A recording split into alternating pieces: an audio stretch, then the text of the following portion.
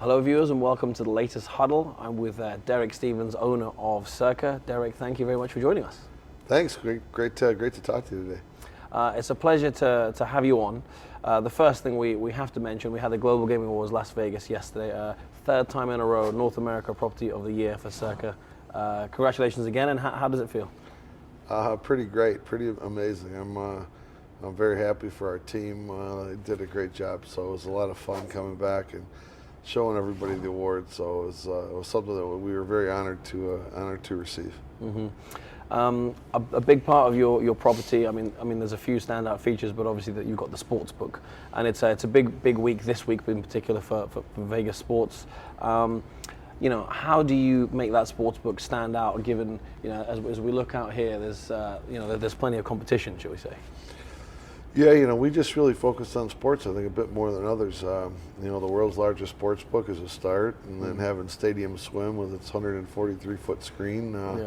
We give people a couple of different options to come and watch sports, and Vegas is now the city for sports. I mean, the Las Vegas Convention Visitor Authority is using the tagline of Las Vegas, the greatest arena on earth. Mm-hmm. And you just think about this weekend, all the sports that are in town. Packers in town against the Raiders tonight, opening national TV for the NHL with the Stanley Cup champion Golden Knights. Yeah, we're starting off this week with 25 straight nights of football. So we've got a lot of content. So it's all good. Baseball playoffs, all kinds of good stuff. Yeah. I mean, Vegas, as you say, sports is playing a bigger and bigger role in the area. I mean, the Allegiant Stadium, the last time I was in Vegas was a couple of years back. It wasn't even here. The stadium was being built. Can you talk to us a little bit about your football contest? Because there's some big prizes on offer, and as you say, there's big focus on football and sports. Can you tell us a little bit more about that? Yeah, we started up a few years ago with our football contest, and year after year we've kind of increased our guarantee. Mm-hmm. Last year we guaranteed $12 million of payout, and this year we bumped it to $14 million of payouts between our two football contests.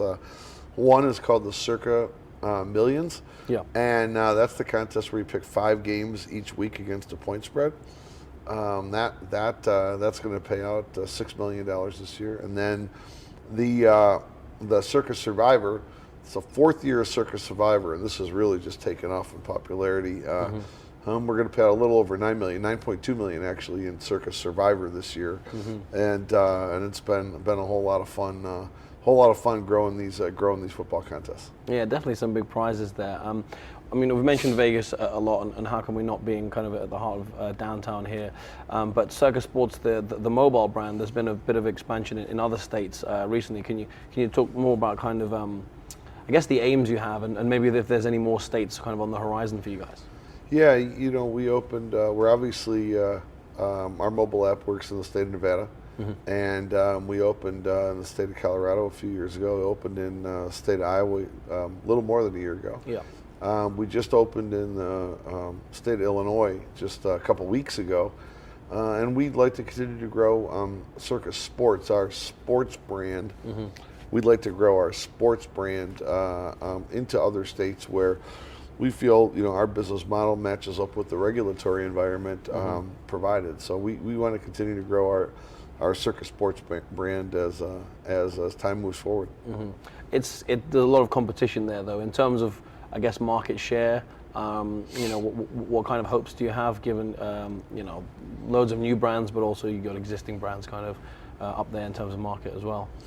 Yeah, I mean, the one thing I think about sports as it rolls out throughout the country, I still think sports still very, very early on in the growth of the market. Sure. And I think that various sports books all have different strengths, different weaknesses. I think we provide something different than maybe others provide, and we provide some value to the wagers and the jurisdictions that we're licensed in. When you talk about strengths and maybe differences, is there maybe a different type of player that a different sportsbook can attract, or is it more universal?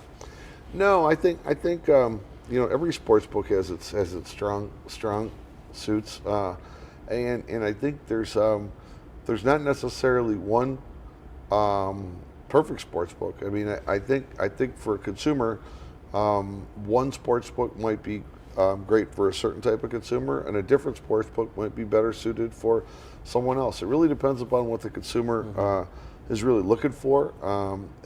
If you're looking for more in-game or more props or more pre-game, menu size, bet size, I think there's a number of different elements that play into what's the appropriate sports book for a consumer. I also think it's very, very important that consumers really need to be aware and learn about the importance of having multiple sportsbook apps on their phone. Yeah.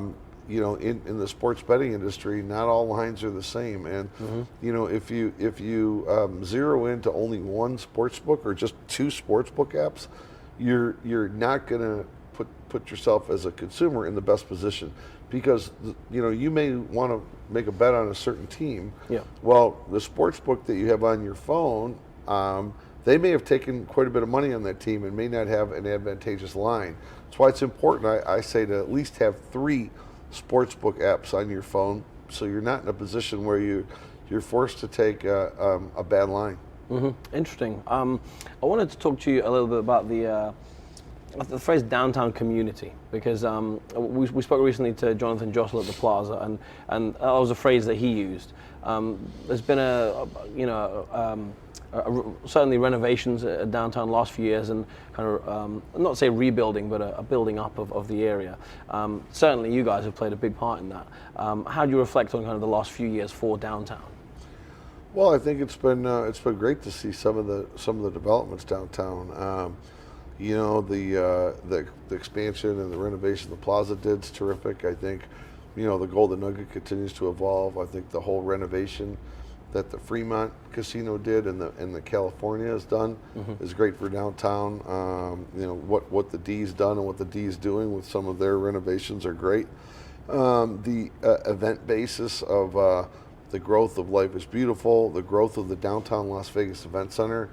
I mean, the Event Center is going to have over 120 events this year at the Event Center. So I think that's a terrific, success story of downtown. And then with Circa, us being a part of it here and growing something from the ground up, it's pretty cool. So yeah, I think what Jonathan said about the downtown community, it's a great area that we all kind of get along, and we all love having both locals and tourists come visit. Yeah. In the next few years, are we to expect sort of more to come, still growth and still that kind of expansion? Oh yeah, I think so. I mean, we currently have 2 major residential projects, like within 2 blocks of where we're sitting right now, occurring. There's a major new project going in front of City Council this week for a 44-story tower just to the west of us. We're gonna have a number of new developments that are going to take place on the estate of Tony Shea and Fremont East area, and then the growth what we're seeing in the medical district and the arts district is great. So the vibrancy of downtown Las Vegas is I'd say it's probably at its high. I've been here 16 years, and I came in when it was kind of low, and it's pretty amazing to see how it continues to grow and continues to be more creative and evolve. Something we're looking into at the moment is if you were to build a casino from the ground up in 2020, it's 2023 now, but let's say for 2024, I think you're a good person to maybe talk about that, because what you've done here at Circa. You know, how do you stand out? Are there some key components that you need, and is there one that stands out above others? If you were to design a new casino today, okay. So right now it's October of 2023. So if we were to design a casino today, we'd have to target, okay, when would we open? 2027? I mean, you're going to have, depending upon the size and scope, you're probably going to have a good 12 months of design and development. Yeah. Then you're going to have a 3-year build, so it's like 4 years from now. So let's just say we're talking an opening in 2027. Okay. I would say the number one thing that that anyone that would want to open a casino right now has to focus in on. You have to make a decision today, 4 years before potentially opening. You've got to make a decision on who is your customer. You could be wrong. You could maybe change it down the road, but that's probably the thing that stands out to me the most is you got to know who your customer is, and then you go after that customer. And when you make that decision, remember that decision may be controversial, it may be unpopular, but you've got to go after a group or a sector that you're going to say, okay, I'm going to design X, and I'm going to go after this type of customer, and this is why I'm going to do it, and then design and build and hire and operate around that. And the days of thinking that you can design and build something that will be great for everyone is just, I think, a bit unrealistic. It's you really got to go after a certain customer, and it could be orientated around a drive-in customer versus a fly-in customer. It could be orientated around an international customer versus domestic. And if you say international, does that mean Canadian? Does that mean Mexico, like North America? Or does it mean Asia, Europe? If you're saying domestic, is it West Coast, East Coast, Midwest? Like, is it going to be orientated around shows, shopping, restaurants, sports, events, concerts? You just got to zero in, and then you got to take your best shot. Yeah. In terms of the many factors that you mentioned there, how does that impact, as you say, when you're designing and planning? Is it the architecture? Is it the layout? Is it kind of the focus of certain games versus others, that kind of thing? Yeah, I think that all kind of plays into it. I mean, if and the easiest sense is if you're going to go after a certain market, let's just say an Asian market, you're gonna design table games area with a different element of baccarat, heavier baccarat focus. If it's going to be more domestic Asian, then you're going to have a design layout more for domestic Asian play. You just got to zero in and you just can't design and be generic. If you design and are generic, it becomes very, very difficult because it's very easy to be kind of disliked by all or by a strong majority. It's kind of better to be well liked by a small niche that like your property and really try to focus in on who your customer is. And I think that's probably one of the most difficult things these days is to really zero in and know who your customer is. Yeah. How important is food and beverage among these considerations? Is it very much secondary to the gaming, or is it something that can lead and bring customers in and then you sort of cross-sell other areas to them?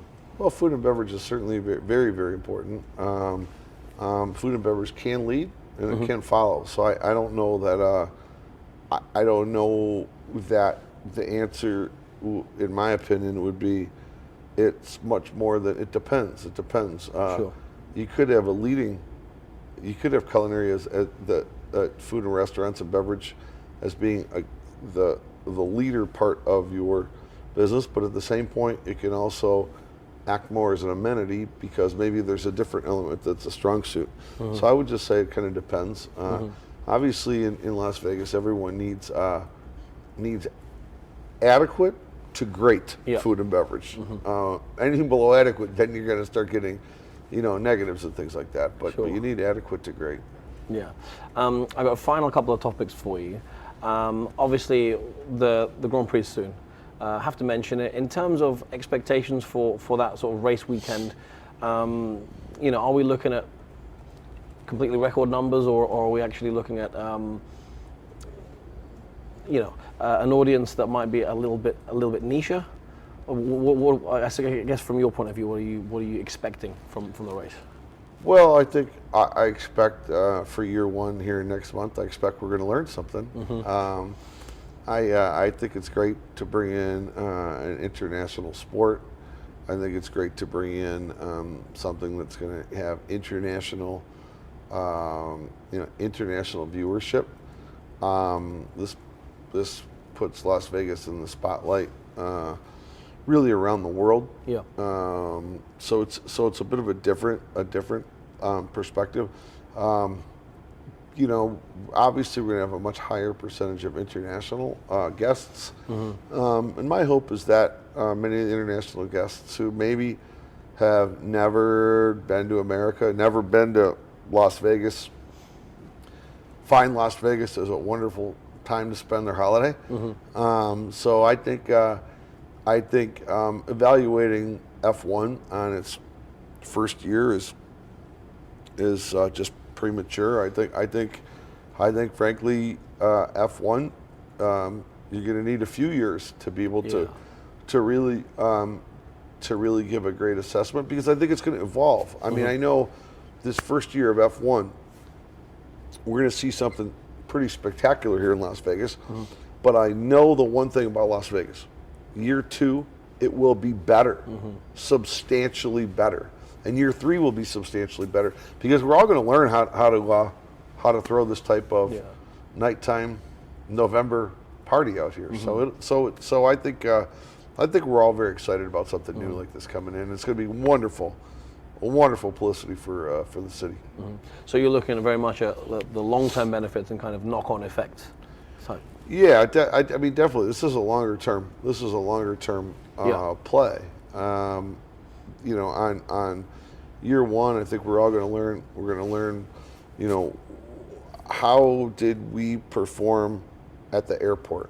How did we perform in customs? How did we perform at the high-end hotels? How do we perform at the middle property hotels? How did we perform with the domestic Las Vegas visitor who is not interested in F1?